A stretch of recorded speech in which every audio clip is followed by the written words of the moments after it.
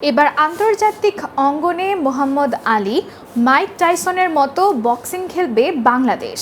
গত জানুয়ারি মাসেও ব্যাংককে জিতেছিলেন সুরকৃষ্ণ। এর আগে অবশ্য ভুগেছেন ডেঙ্গুতে। অসুস্থতা থেকে উঠে টানা দুটি প্রতিযোগিতায় অংশ নেন তিনি। তবে এরপর কঠোর অনুশীলন করে ফিরে এসেছেন সুরকৃষ্ণ। কিন্তু প্রতিপক্ষ বক্সার এত কঠিন হবে ভাবেননি তিনি। তবে ভারতের প্রতিপক্ষের বিপক্ষে খেলার আগে সবসময় একটা জেদ কাজ করার কথাও জানান সুরকৃষ্ণ।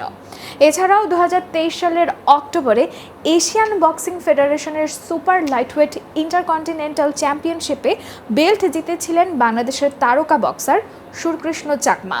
এবার গত ফেব্রুয়ারিতে ঢাকায় অনুষ্ঠিত পেশাদার বক্সিংয়ের আন্তর্জাতিক প্রতিযোগিতা পাথ টু গ্লোরি হাসল ইন ঢাকা স্কোয়ারের ভারতের শক্তিশালী বক্সার সন্দীপ কুমারকে হারিয়েছেন তিনি। গত 17 ফেব্রুয়ারি রাতের শেষ ইভেন্টের লড়াইয়ে 8 রাউন্ডের লাইটওয়েট ক্যাটাগরিতে সন্দীপ কুমারকে হারিয়েছেন সুরকৃষ্ণ চাকমা।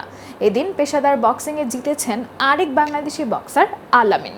তবে মালয়েশিয়ার ম্যাকডিলোনের সঙ্গে ড্র করেছেন বাংলাদেশের রিশাতুল মাহমুদ সাজিন।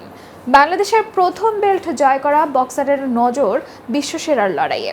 ভারতীয় বক্সারকে হারিয়ে সুরকৃষ্ণ বলেন, খেতাবের লড়াইয়ের জন্য লড়তে পারবো এবার।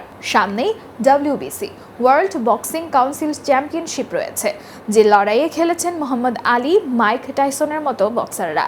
বিশ্বমানের বক্সারদের বিপক্ষে খেলা নিজের এবং গোটা দেশের জন্য গর্বের বলে মনে করেন দেশসেরা বক্সার সুরকৃষ্ণ চাকমা। তিনি বলেন, এবার আমি সেই WBC চ্যাম্পিয়নশিপ প্রতিযোগিতায় খেলতে পারবো। এটা শুধু আমার জন্য না, পুরো বাংলাদেশের জন্যই ইতিহাস। বিশাল বড় অর্জন বাংলাদেশের জন্য। এতক্ষণ সাথে থাকার জন্য ধন্যবাদ। নিত্য নতুন সকল আপডেট পেতে উষার বাণী স্পোর্টসের সাথেই থাকুন।